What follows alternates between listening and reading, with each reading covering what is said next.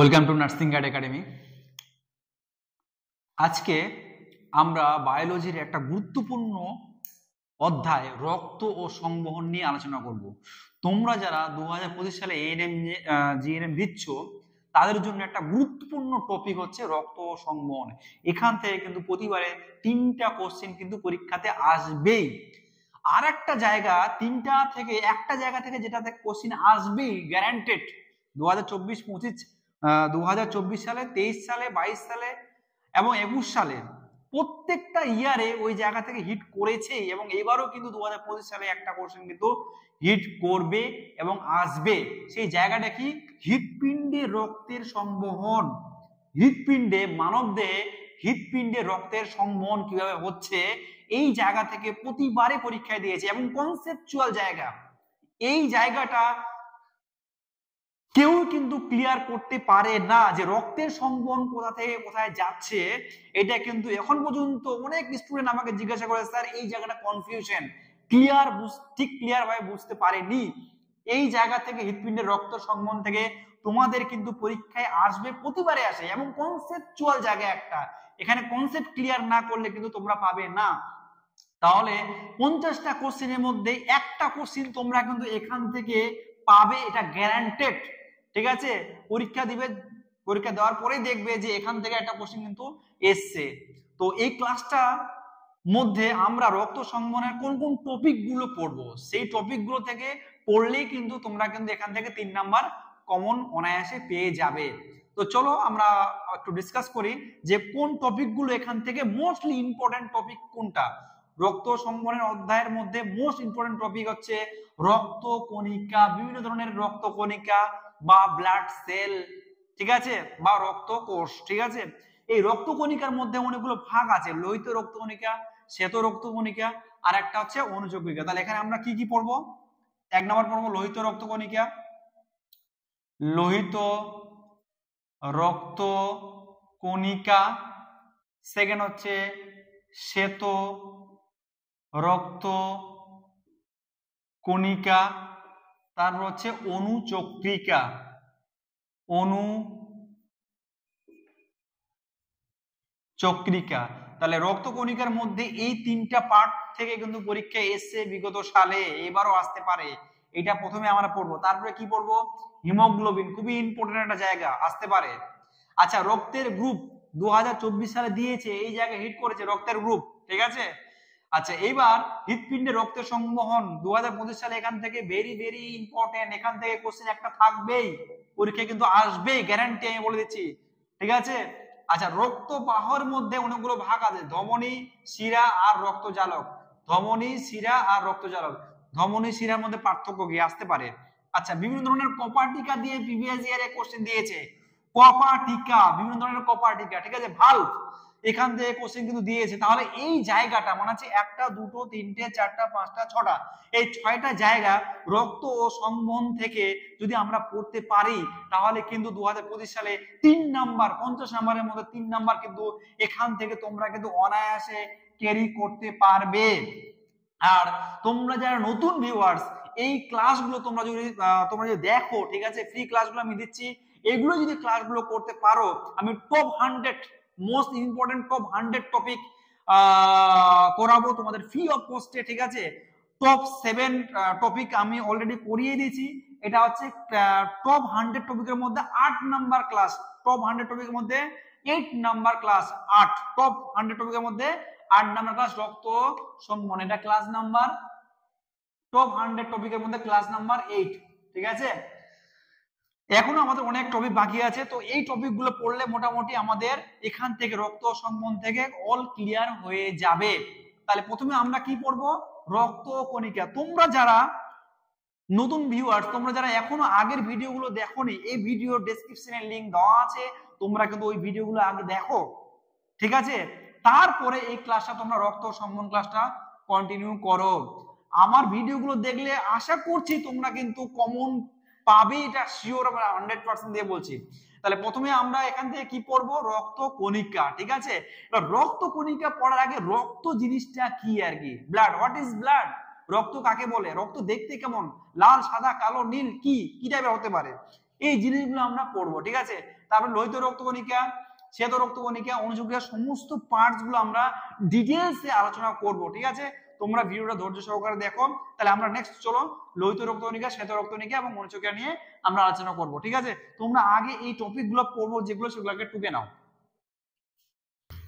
তাহলে প্রথমে আমরা পড়বো যে রক্ত জিনিসটা কি, blood. What is blood? Blood হচ্ছে একটা তরল যৌগ কলা। ব্লাড হচ্ছে একটা তরল যৌগ কলা, ফ্লুইড কানেকটিভ টিস্যু, তরল যৌগ কলা। কি বললাম? তরল যৌগ কলা। তার রক্ত হলো তরল যৌগ কলা, তরল যৌগ কলা। রক্ত কোথা থেকে উৎপত্তি হয়েছে? ভ্রূণের মেসোডার্ম থেকে উৎপত্তি হয়েছে, ভ্রূণের মেসোডার্ম।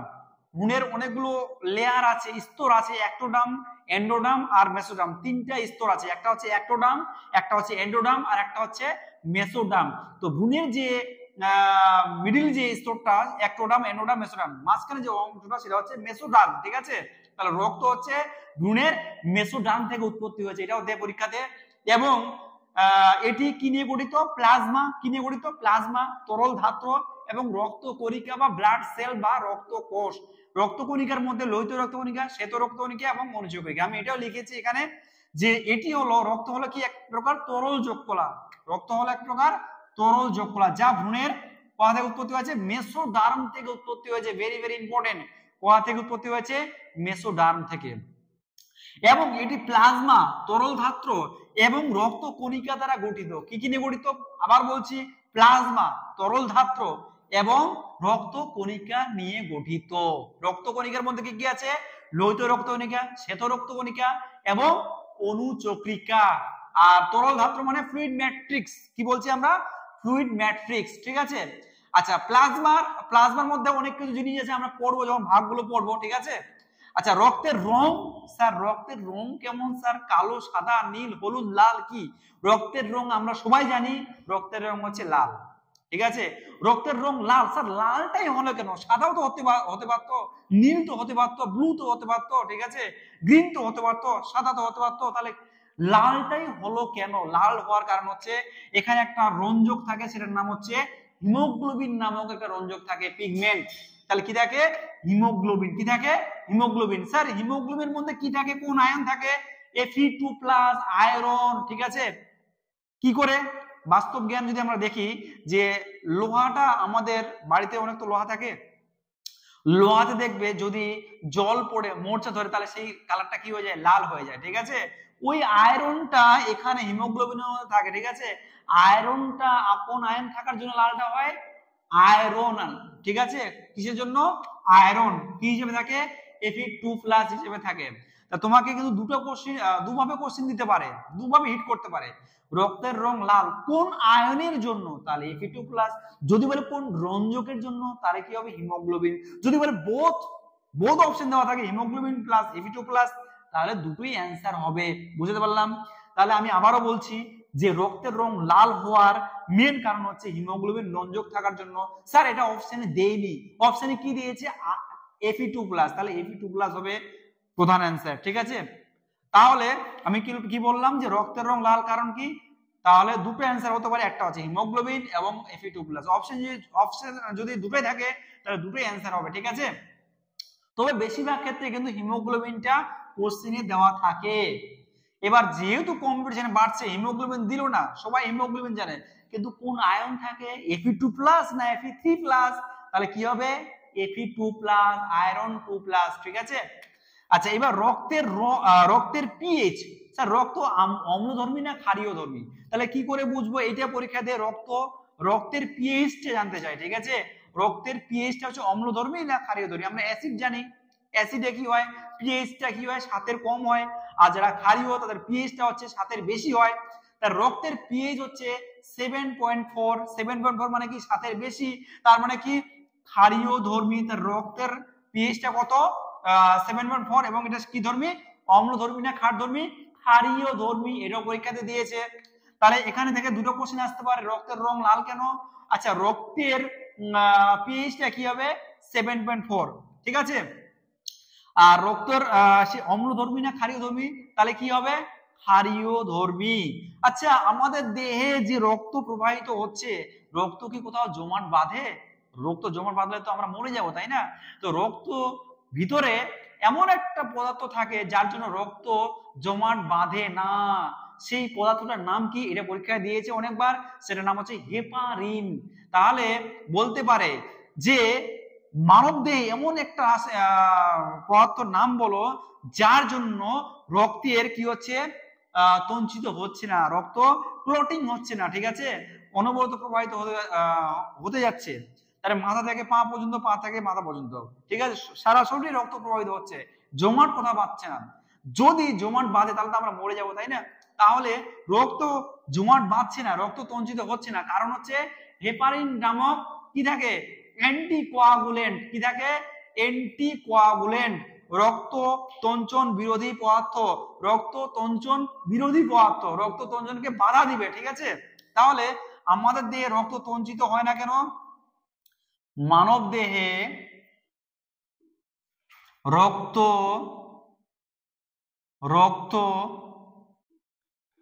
তঞ্চিত হয় না কারণ হেপারিন থাকে।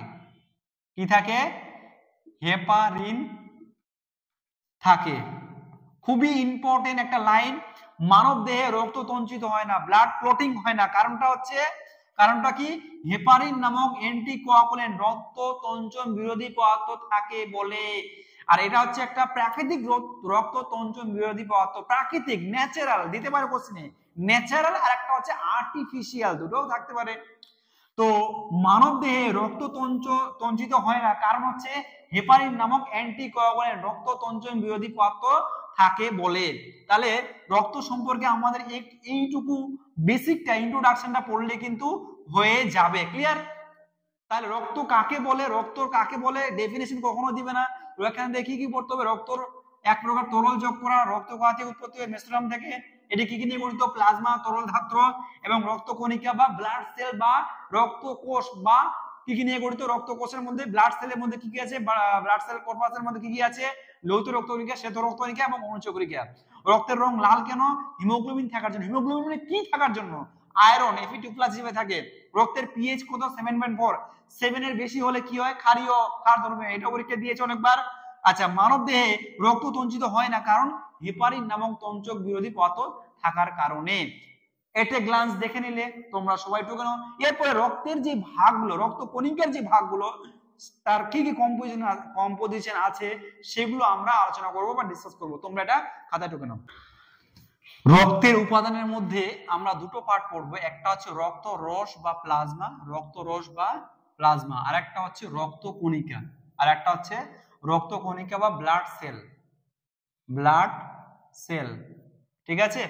তার রক্তের উপাদানকে আমরা দুভাগে ভাগ করি, একটা হচ্ছে রক্ত রস বা প্লাজমা, যেটা হচ্ছে 55%, আর রক্ত কণিকা কত পার্সেন্ট? তাহলে 45%, ক্লিয়ার? তার রক্তর উপাদানের মধ্যে দুটো পার্ট, একটা হচ্ছে রক্ত রস বা প্লাজমা, সেটা কত পার্সেন্ট? 55%, আর একটা হচ্ছে রক্ত কণিকা, যেটা কত পার্সেন্ট? 45%। এর রক্ত রস বা প্লাজমার মধ্যে দুটো পার্ট, একটা হচ্ছে জল আর একটা হচ্ছে প্রোটিন। জল কত পার্সেন্ট? 91 থেকে 92%, আর প্রোটিনের মধ্যে কত পার্সেন্ট? 6 থেকে 8%। আরো অনেক উপাদান আছে কিন্তু সেগুলো জিএনএম এএনএম এর দরকার নেই, আমরা কিন্তু এক্সাম ওরিয়েন্টেড পড়বো, ঠিক আছে, গতানুগতিক ভাবে পড়বো না। বারবার বলছি, আমরা কিন্তু exam oriented, to the point, যতটুকু আমাদের দরকার। আমরা এখানে কিন্তু পিএইচডি করতে আসেনি, আমাদের এক্সামে যেটুকু আসবে সেটুকু আমরা কিন্তু পড়াশোনা করব, ক্লিয়ার? তাহলে জল কত পার্সেন্ট? 91 থেকে 92%। আচ্ছা, প্রোটিন, প্লাজমাতে যে প্রোটিনগুলো থাকে সেটাকে বলছি আমরা প্লাজমা প্রোটিন। কি বলছি আমরা? প্লাজমা প্রোটিন, মনে থাকবে, প্লাজমা প্রোটিন। প্লাজমাতে যে প্রোটিনগুলো থাকে সেগুলোকে বলছি আমরা প্লাজমা প্রোটিন। কত পার্সেন্ট? 6 থেকে 8%। এই প্লাজমা প্রোটিনটা খুবই ইম্পর্টেন্ট, পরীক্ষাতে কিন্তু দেয় তোমাদের। একটা হচ্ছে অ্যালবুমিন, আর একটা হচ্ছে গ্লোবিউলিন, আর একটা হচ্ছে ফাইব্রিনোজেন। কি বললাম? অ্যালবুমিন, গ্লোবিউলিন, আর একটা হচ্ছে ফাইব্রিনোজেন। স্যার, অ্যালবুমিনের কাজ কি? রক্তে অসমোটিক প্রেসার, অবিশ্রবণ চাপ নিয়ন্ত্রণ করে। তারা যদি বলে যে কোন প্লাজমা প্রোটিন রক্তের অবিশ্রবণ চাপ নিয়ন্ত্রণ করে, ব্লাড অসমোটিক প্রেসার ব্যালেন্স নিয়ন্ত্রণ করে, সেটা হবে অ্যালবুমিন। আর অ্যালবুমিন এই প্লাজমা প্রোটিনটা সবচেয়ে বেশি পরিমাণে থাকে, ঠিক আছে। তাহলে এটাও পরীক্ষা দিতে দেয় বা দিয়েছে যে কোন প্লাজমা প্রোটিন রক্তের মধ্যে সবচেয়ে বেশি পরিমাণে পাওয়া যায়, সেটা হচ্ছে অ্যালবুমিন। তারপর হচ্ছে গ্লোবিউলিন। গ্লোবিউলিনের অনেকগুলো ভাগ আছে, তার মধ্যে যেটা পড়তে হবে সিলেবাস যেটা সেটা হচ্ছে gamma globulin. Gamma globulin, gamma globulin, ঠিক আছে। এটার কাজ কি? দেহের প্রতিরক্ষা, বডি ডিফেন্স, ঠিক আছে। দেহের প্রতিরক্ষায় সহায়তা করে বা সাহায্য করে, বডি ডিফেন্স বা বডি অ্যাটাকিং, বডি ডিফেন্স মানে দেহের প্রতিরক্ষা, বাইরে থেকে শত্রু আসলো তাকে অ্যাটাক করে, ঠিক আছে, দেহকে রক্ষা করে, তাহলে সেটা কে করে? গ্লোবিউলিন। তার মধ্যে হচ্ছে গামা গ্লোবিউলিন করে, ঠিক আছে। লাস্ট যেটা সেটা হচ্ছে ফাইব্রিনোজেন। ফাইব্রিনোজেনের কাজ কি? রক্ত তঞ্চনে সহায়তা করে, রক্ত তঞ্চনে সহায়তা করে, ব্লাড ক্লটিং এ সাহায্য করে। তাহলে এখান থেকে একটা কোশ্চেন আসতে পারে, রক্ত তঞ্চনে সাহায্য করে প্লাজমা প্রোটিন, সেটার নাম কি? ফাইব্রিনোজেন। যদি বলে রক্ত তঞ্চনে সহায়তা করে একটা আয়ন, তাহলে ক্যালসিয়াম আয়ন হবে। যদি বলে রক্ত তঞ্চনে সহায়তা করে একটা ভিটামিন, তাহলে কি হবে? Vitamin K. ক্লিয়ার? বুঝতে পারলাম? তাহলে এখানে তিনটা কোশ্চেন হতে পারে, রক্ত তঞ্চনে সাহায্য করে, যদি বলে প্লাজমা প্রোটিন তাহলে হবে ফাইব্রিনোজেন, যদি বলে আয়ন তাহলে কি হবে? Calcium 2+ ion. আর যদি বলে যে কোন ভিটামিন রক্ত তঞ্চনে সহায়তা করে, তাহলে কি হবে? Vitamin K. তাহলে তিনটা টাইপের কোশ্চেন এখানে আসতে পারে। ক্লিয়ার? এবার চলে আসি রক্ত কণিকা বা blood cell. Blood cell, blood মানে রক্ত, সেল মানে কোষ, ঠিক আছে। ব্লাড সেল বা রক্ত কণিকায় আমরা তিন ভাগে ভাগ করি। একটা হচ্ছে লোহিত রক্ত কণিকা, অপর নামটাও কিন্তু মনে রাখতে হবে। কম্পিটিশন যে হারে বাড়ছে, সবাই যেটা জানে সেটা কিন্তু পরীক্ষায় থাকবে না, যেটা তুমি জানো এক্সট্রা অর্ডিনারি আলাদা, সেটাই কিন্তু পরীক্ষায় দেওয়া থাকবে। তবেই তো অন্যের তুলনায় তুমি আলাদা, তাই না? তবেই তুমি একটা র্যাঙ্ক করতে পারো 2025 সালে, ঠিক আছে। তো র্যাঙ্ক করতে গেলে তোমাদেরকে কিন্তু একটা আলাদা রকম একটা মোটিভ নিতে হবে, ঠিক আছে, যে তোমাকে আলাদা 10 জন যেটা পড়তে, তোমাকে আলাদা তার কিছু কিছু পড়তে হবে, তবেই তুমি র্যাঙ্ক করতে পারবে, না কিন্তু পারবে না। ক্লিয়ার?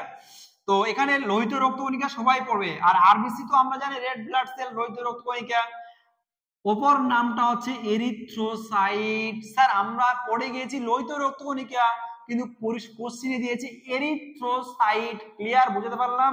তাহলে পরীক্ষায় কিন্তু এরিথ্রোসাইট, যাহা লোহিত রক্তকণিকা তাহাই এরিথ্রোসাইট, তাহাই আরবিসি রেড ব্লাড সেল। তাহলে সবাই 90% বাচ্চা লোহিত রক্তকণিকা জানে, স্যার এরিথ্রোসাইট কেউ জানেই না।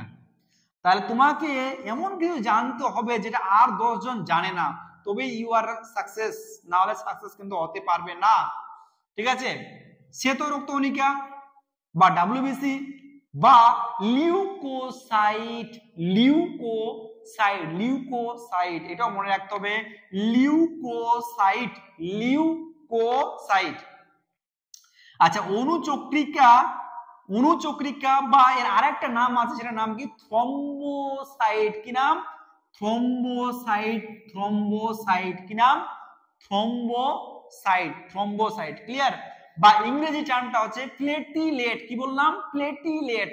প্লেটিলেট মানে হচ্ছে অনুচক্রিকা বা থ্রম্বোসাইট। এখন প্রত্যেকেরই মোটামুটি বিভিন্ন জায়গায় ডেঙ্গু রোগটা প্রচন্ড ছড়াচ্ছে, ডেঙ্গু, ঠিক আছে। তো স্যার ডেঙ্গু হলে মানুষ মারা যায়, ঠিক আছে। তো রক্তের মধ্যে কোন কণিকাটা কমে গেলে ডেঙ্গু হতে পারে বা ডেঙ্গুর সিরিয়াস রোগ ধারণ করে, বা ডেঙ্গু হলে কোন রক্ত কণিকাটা কমে যায়? অনুচক্রিকা বা প্লেটলেট বা থ্রম্বোসাইট, এটা কিন্তু মানবদেহে কমে যায়। অ্যাকচুয়ালি অনুচক্রিকার যে নরমাল রেঞ্জ 1.5 লাখ থেকে 3.5 লাখ মধ্যে থাকে, সেটা 30,000-এর মধ্যে কমে যায়। এই জন্য ডেঙ্গু হলে অনুচক্রিকার পরিমাণটা অনেক কমে যায় পরে, ঠিক আছে, বলে ভয়ানক আকার ধারণ করে। সেই জন্য আমাদের বাইরে থেকে কিন্তু আমাদের অনুচক্রিকা দেওয়া হয়, ব্লাড দেওয়া হয় এবং অনুচক্রিকাও দেওয়া হয়। ক্লিয়ার? তাহলে রক্তের উপাদান তোমরা এটা সুন্দরভাবে গুছিয়ে লিখে নাও।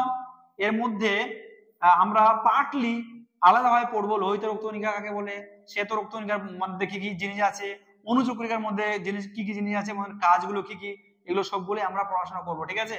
এখান থেকে কোশ্চেন দিয়েছে, শ্বেত রক্তকণিকা থেকে কোশ্চেন দিয়েছে। আচ্ছা আমার এরিথ্রোসাইট, লিউকোসাইট আর থ্রম্বোসাইট, স্যার সাইট মানে কি? এই যে সাইট কথাটি লেখা আছে, সাইট সাইট সাইট, সাইট মানে কি? সাইট মানে কোষ, সাইট মানে কোষ বা সেল, ক্লিয়ার?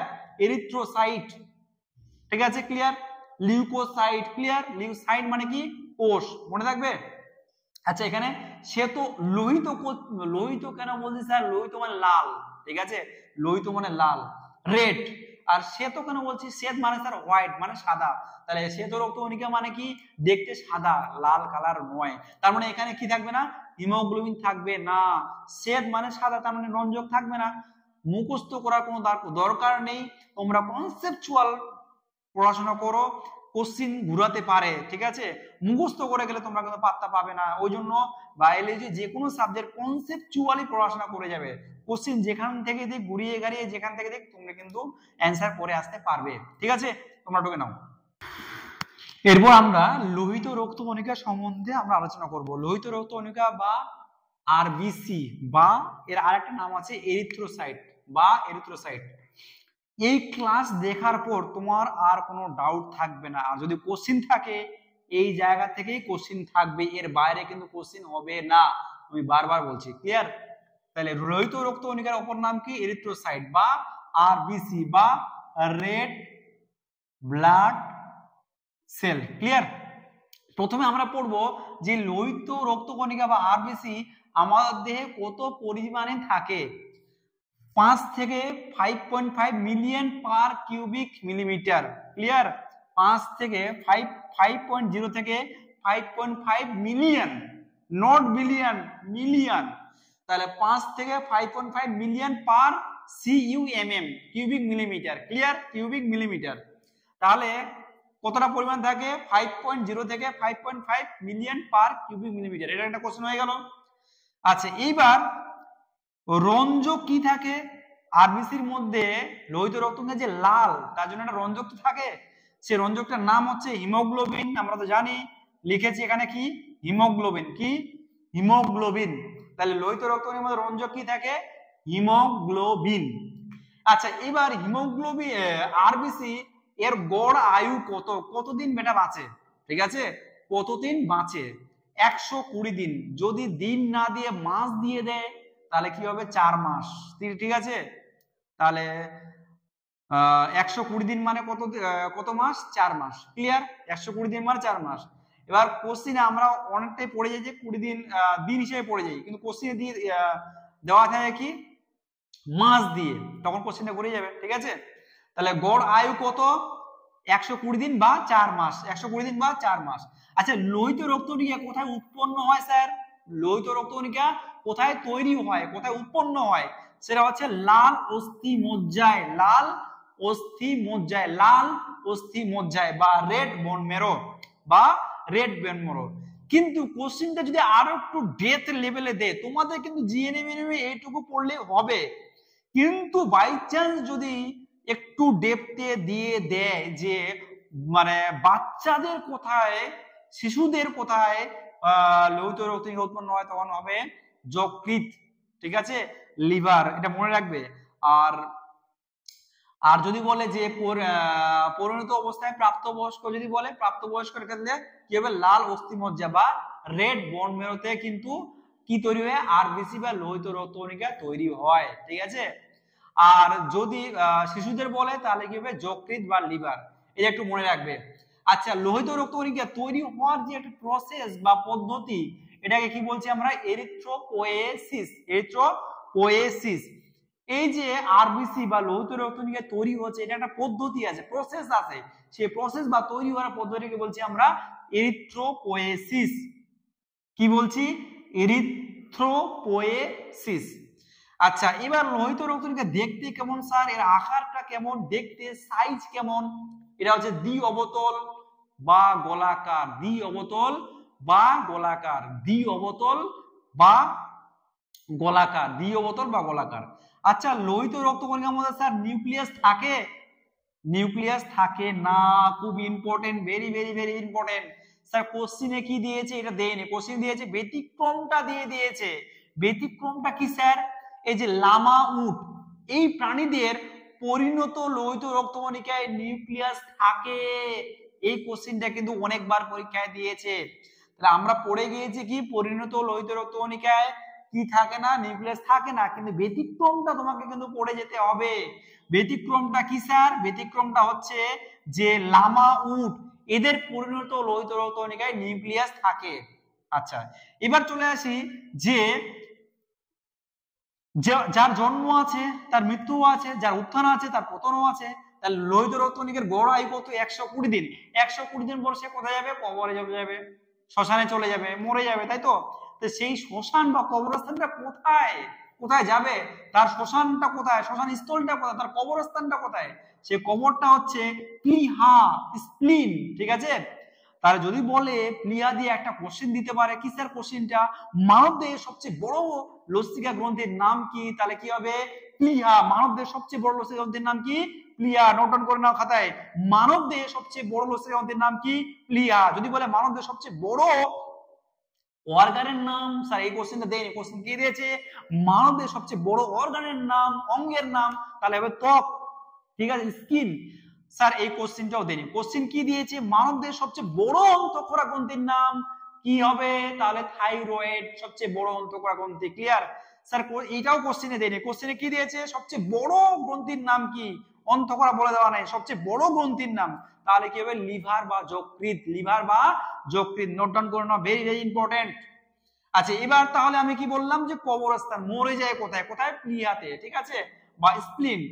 বা স্প্লিনটাকে আমার আরেকটাও কোশ্চেন দেয় যে blood bank of the human body. Blood bank of the human body, মানবদেহের ব্লাড ব্যাংক কাকে বলা হয়? তাহলে কাকে বলা হয়? প্লিহাকে বলা হয় বা স্প্লিনকে বলা হয়। এটাও কোশ্চেনে দেয়। খুব যদি টাফ দিয়ে দেও, আসবে না, জেনে রাখা ভালো। হ্যাঁ, মানবদেহের ব্লাড ব্যাংক, ঠিক আছে, কাকে বলা হয়? প্লিহাকে বলা হয়। এবার চলে আসি যে আরবিসি যদি স্বাভাবিক তুলনায় যদি কমে যায় তাহলে একটা রোগ হয়, সেটার নাম কি স্যার? এনিমিয়া। বাংলা মানেটা কি? রক্তল্পতা। এনিমিয়া মানে রক্তল্পতা। যদি আরবিসি অর্থাৎ হিমোগ্লোবিনের পরিমাণ কমে গেছে, আরবিসি অর্থাৎ হিমোগ্লোবিনের পরিমাণ কমে গেছে, তাহলে কি হয়? রক্তল্পতা। রক্তল্পতা বা এনিমিয়া। ক্লিয়ার? আর যদি স্যার আরবিসি সংখ্যা বা লোহিত রক্তের সংখ্যা বেড়ে যায় তাহলে একটা রোগ হয়, সে রোগের নাম হচ্ছে পলিসাইথিমিয়া। কি বললাম? পলিসাইথিমিয়া। কি বললাম? পলিসাইথিমিয়া। মনে থাকবে, ঠিক আছে? তাহলে কমে গেলে কি হয়? এনিমিয়া বা রক্তল্পতা। আর বেড়ে গেলে কি হয়? পলিসাইথিমিয়া। পলি মানে কি? অনেক, মেনি, অনেক, বেশি, ঠিক আছে? আচ্ছা, এখানে একটা মনে রাখবে, যে কোনো বায়োলজি টার্মের সঙ্গে যদি মিয়া যুক্ত থাকে, মিয়া, তাহলে সবসময় মনে রাখবে সেটা রক্তের সঙ্গে যুক্ত। সবসময় মনে রাখবে কি? সেটা রক্তের সঙ্গে যুক্ত। যদি কোনো বায়োলজি টার্মের সঙ্গে রিয়া যুক্ত থাকে, রিয়া, তাহলে সেটা মনে রাখবে পেচ্ছাপের সঙ্গে যুক্ত, ইউরিনের সঙ্গে যুক্ত। ক্লিয়ার? যেমন দেখো পলিসাইথেমিয়া, মিয়া যুক্ত আছে মানে রক্তের সঙ্গে যুক্ত। যদি বলে মিয়া, দেখো এলিমিয়া, মিয়া মানে কি? ব্লাড বা রক্তের সঙ্গে যুক্ত। ক্লিয়ার? এখানে নোট দিয়ে লিখেছি, নোটটা হচ্ছে যে রক্ত উৎপাদনে সাহায্য করে ভিটামিনের নাম কি স্যার? কোশ্চিনে এটা দিয়েছে। মাথায় হাত। স্যার আমরা তো এতগুলো পড়ে গেলাম, কোশ্চিন দিয়েছে রক্ত উৎপাদনে সাহায্য করে ভিটামিন, ভিটামিনে চলে গেল। তার মানে কোশ্চিনটা কোরিলেট করছে, পাঞ্চিং কোশ্চিন করেছে, ঠিক আছে? এক্সামিনাররা মোর দেন ওয়ান অপশনে কিন্তু দিতে পারে এবং 2 নম্বরে কোশ্চেন দিতে পারে। তোমার কনসেপ্ট কতটা ক্লিয়ার আছে সেটা জানবে। যেহেতু কম্পিটিশন বাড়ছে, তোমাকে কিন্তু সবাই যেটা পড়ছে সেটা পড়লে হবে না, তোমাকে কিন্তু আলাদা কিছু পড়তে হবে যদি র্যাঙ্ক করতে চাও, ঠিক আছে? তাহলে রক্ত উৎপাদনে সাহায্য করে কি? ভিটামিন বি12। স্যার ভিটামিন বি12 এর রাসায়নিক নাম কি? সায়ানোকোবালামিন।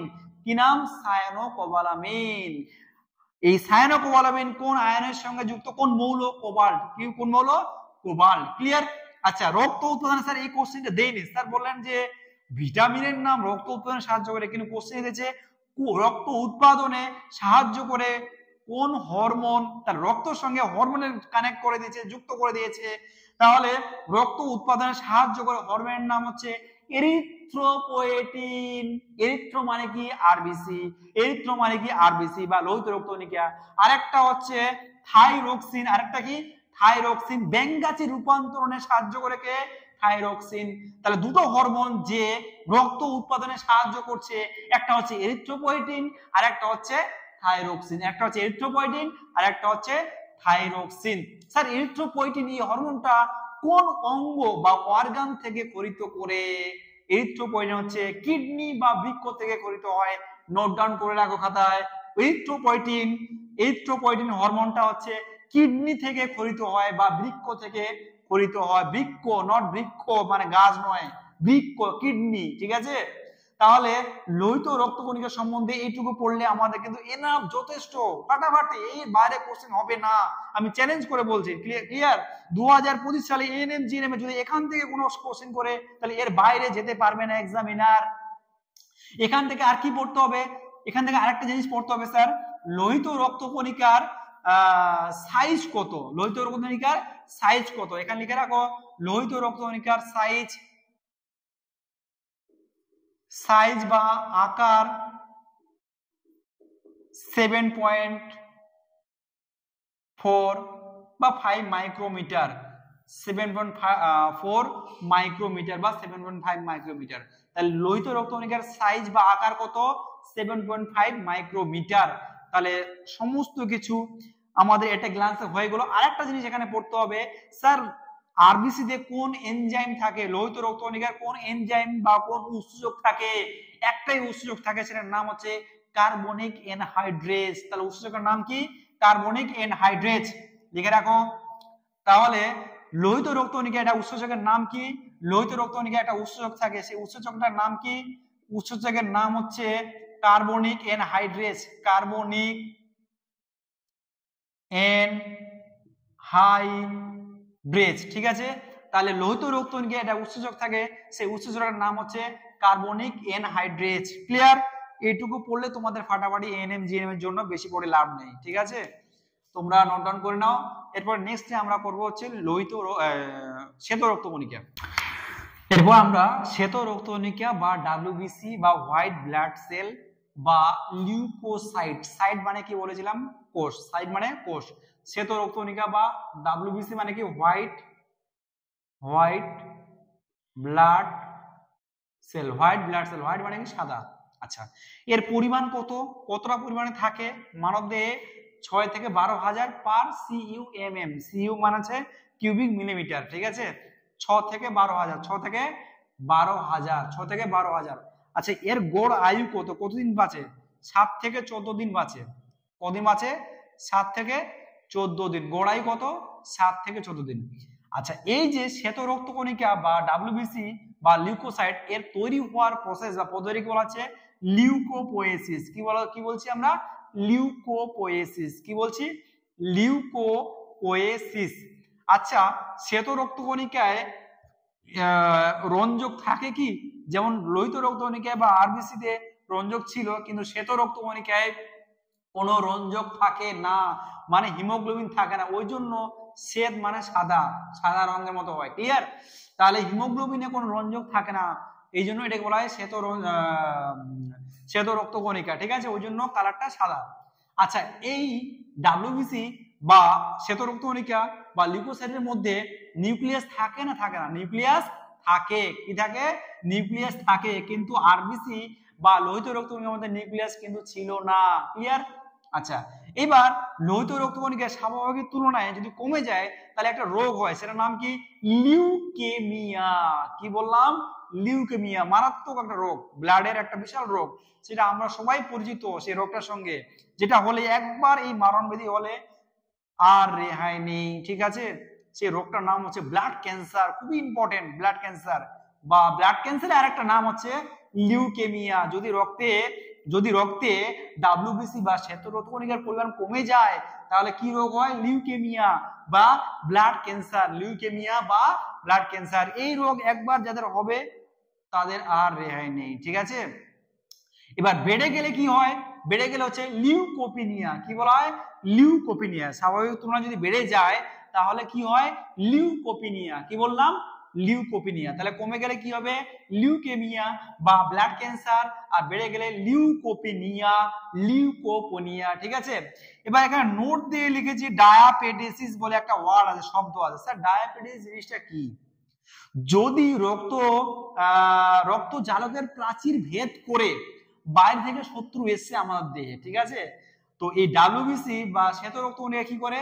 রক্ত জালকের প্রাচীর ভেদ করে ওই জীবাণুকে, ঠিক আছে, অ্যাটাক করে, ধ্বংস করে, সেটা কিসের মাধ্যমে? ফেগোসাইটোসিস পদ্ধতির মাধ্যমে। তাহলে এই ঘটনাটাকে বলছি আমরা ডায়াপেডেসিস। বুঝতে পারলাম? আমি আরেকবার রিপিট করছি, যদি বাইরে থেকে কোনো শত্রু আমাদের দেহে অ্যাটাক করে, তাহলে এই শ্বেত রক্তকণিকা বা লিউকোসাইট বা ডাব্লিউবিসি কি করে? রক্ত জারকের প্রাচীর ভেদ করে তাদেরকে এই সেই জীবাণুগুলোকে কি করে? ধ্বংস করে। কি পদ্ধতির মাধ্যমে? ফেগোসাইটোসিস পদ্ধতির মাধ্যমে। ফেগোসাইটোসিস পদ্ধতির মাধ্যমে জীবাণুগুলো ধ্বংস করে। ঠিক আছে, সেটাকে বলছি আমরা ডায়াপেডেসিস। আচ্ছা, এবার আরেকটা কোশ্চিন দেয় যে শ্বেত রক্তকণিকায় এক ধরনের গমন দেখতে পাওয়া যায়, যেটাকে বলছি আমরা এমিবয়েড গমন। কি বলছি আমরা? এমিবয়েড গমন। এটাও দিতে পারে। কোন রক্তকণিকা এমিবয়েড গমন দেখতে দেখা যায়? তাহলে কি হবে? শ্বেত রক্তকণিকা। স্যার এখানে আর কি পড়বো? এখানে খুব ইম্পর্টেন্ট, এগুলো পড়লে হয়ে যাবে। এর সঙ্গে আমরা পড়বো শ্বেত রক্তকণিকার ভাগগুলো। একটা হচ্ছে দানাদার যুক্ত, আর একটা হচ্ছে দানাবিহীন। খুবই ইম্পর্টেন্ট। গ্রানুলোসাইট ইংরেজি টার্মটা মনে রাখতে হবে। আর একটা হচ্ছে এ গ্রানুলোসাইট, একটা হচ্ছে গ্রানুলোসাইট, আর একটা হচ্ছে এ গ্রানুলোসাইট দানাযুক্ত, আর একটা হচ্ছে দানাবিহীন। ক্লিয়ার? তোমরা এটা নোট ডাউন করে নাও। এরপরে আমরা নেক্সটে আমরা পড়বো হচ্ছে দানাযুক্ত এবং দানাবিহীন শ্বেত রক্তকণিকার ভাগগুলো। ক্লিয়ার?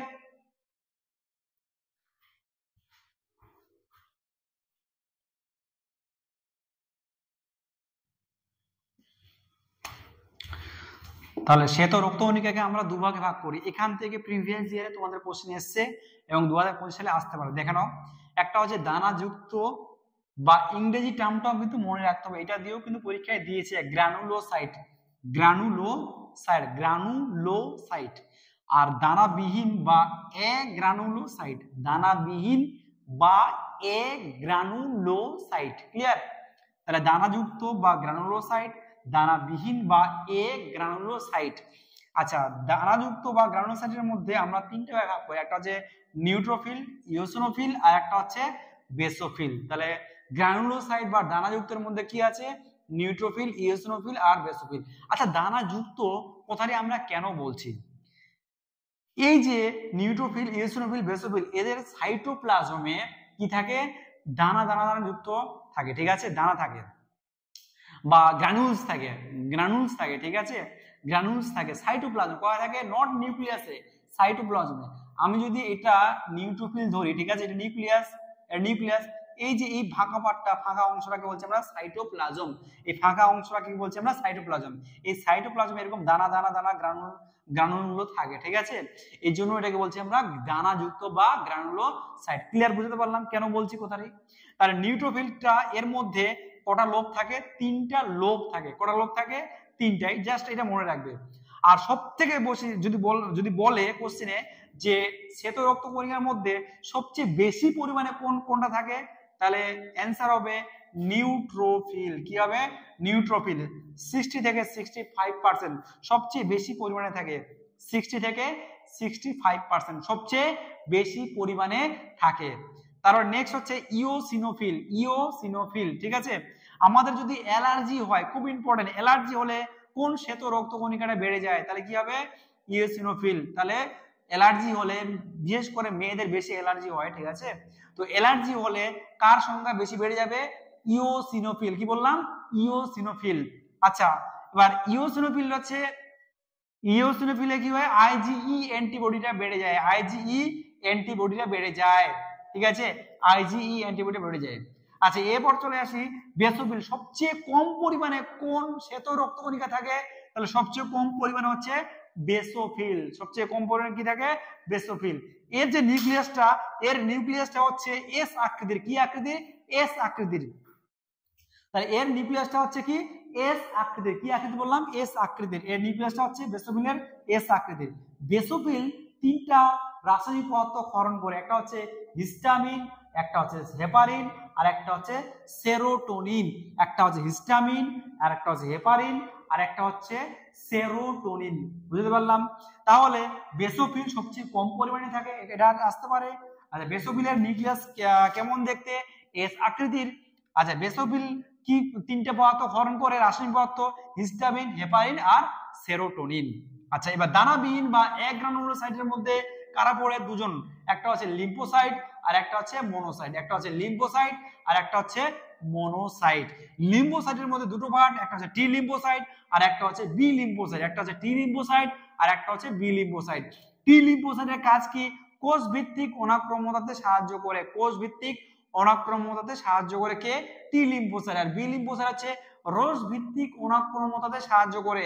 আর বি লিম্ফোসাইট কিন্তু অ্যান্টিবডি তৈরিতে সাহায্য করে। এটা পরীক্ষা অনেকবার দিয়েছে যে অ্যান্টিবডি তৈরিতে সাহায্য করে টি লিম্ফোসাইট না বি লিম্ফোসাইট। তাহলে অ্যান্টিবডি তৈরিতে কে সাহায্য করে? B lymphocyte. আর রোগ ভিত্তিক অনাক্রম্যতাকে সাহায্য করে বি লিম্ফোসাইট। কোষ ভিত্তিক অনাক্রম্যতাকে সাহায্য করে টি লিম্ফোসাইট। এবার চলে আসে মনোসাইট।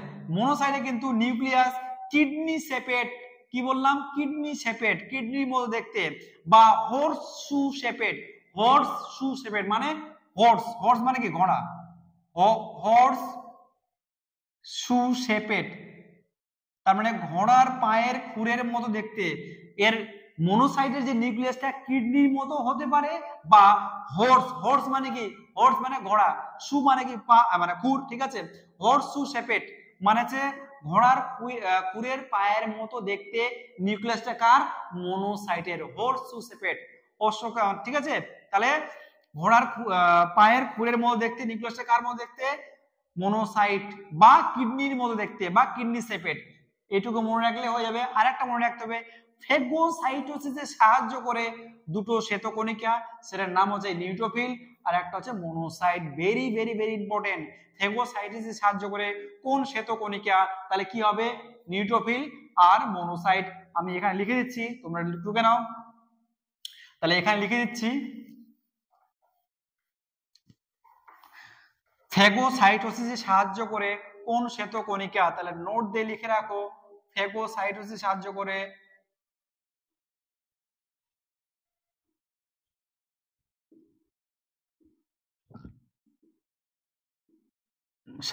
করে দুজন শ্বেতকণিকা, একটা হচ্ছে মনোসাইট আর একটা হচ্ছে নিউট্রোফিল।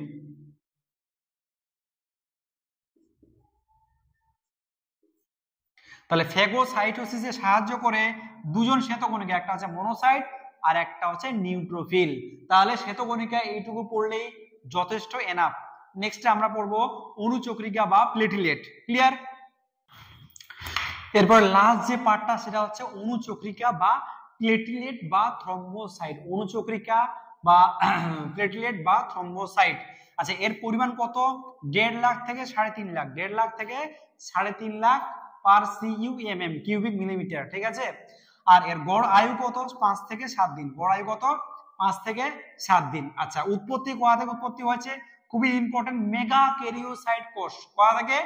মেগা ক্যারিওসাইট কোষ। মেগা ক্যারিওসাইট কোষ থেকে উৎপত্তি হয়েছে। আর স্যার এর মধ্যে নিউক্লিয়াস থাকে না? নিউক্লিয়াস থাকে না, নিউক্লিয়াস থাকে না। তাহলে অণুচক্রিকার মধ্যে কিন্তু নিউক্লিয়াস থাকে না, মনে রাখবে। তাহলে নিউক্লিয়াস দুটো থাকে না, একটা হচ্ছে আরবিসি আর একটা হচ্ছে প্লেটলেট। এই দুটোর মধ্যে নিউক্লিয়াস থাকে না। আর ডাব্লিউবিসির মধ্যে কিন্তু প্লেটলেট থাকে। আচ্ছা, কোন রোগে অণুচক্রিকা কমে যায়? ডেঙ্গু। তাহলে ডেঙ্গু রোগটা কে করে? Aedes aegypti mosquito. Aedes aegypti mosquito, মনে রাখবে, এডিস মশার কারণে হয়, ঠিক আছে? তাহলে এটা ডেঙ্গু রোগে কি হয়? অণুচক্রিকা কমে যায়। আচ্ছা, অণুচক্রিকা স্বাভাবিক তুলনায় কমে গেলে কি বলা হয়? পারপিউরা। কি বলা হয়? পারপিউরা বা থ্রম্বোসাইটোপেনিয়া, বা থ্রম্বোসাইটোপেনিয়া। তাহলে কমে গেলে কি হয়? পারপিউরা বা থ্রম্বোসাইটোপেনিয়া। আর বেড়ে গেলে কি বলবো? থ্রম্বোসাইটোসিস। বেড়ে গেলে কি বলবো? থ্রম্বোসাইটোসিস। বেড়ে গেলে কি বলবো? থ্রম্বোসাইটোসিস। তাহলে কমে গেলে পারপিউরা বা থ্রম্বোসাইটোপেনিয়া, বেড়ে গেলে কি বলবো আমরা? থ্রম্বোসাইটোসিস। বেড়ে গেলে থ্রম্বোসাইটোসিস। আরেকটা যেটা পরীক্ষায় তোদের এসেছিল সেটা হচ্ছে অণুচক্রিকার কাজ কি? অণুচক্রিকার কাজে রক্ত তঞ্চনে সাহায্য করে। খুবই ইম্পর্টেন্ট, পরীক্ষায় কিন্তু এসেছিল জিএনএম এএনএম এক্সামে।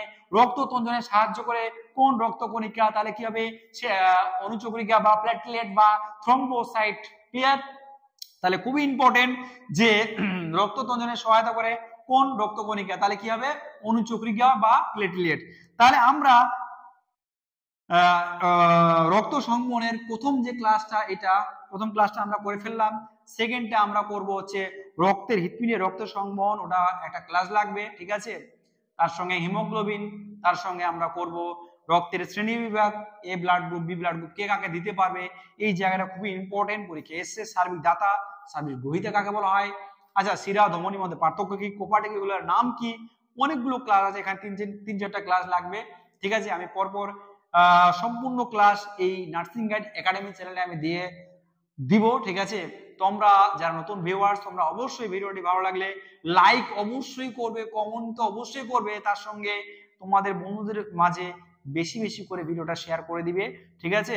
তো আমরা এরপর নেক্সট মোস্ট ইম্পর্টেন্ট টপিকের মধ্যে 9, 10, 11 চলতে থাকবে, ঠিক আছে। তোমরা কিন্তু এরপরের ভিডিওটা পাওয়ার জন্য এই নোটিফিকেশন বেল আইকনটা তোমরা কিন্তু অন করে রাখবে, আমি ভিডিও দিলে সঙ্গে সঙ্গে তোমরা যেন পেয়ে যাও, ঠিক আছে। Thank you everyone.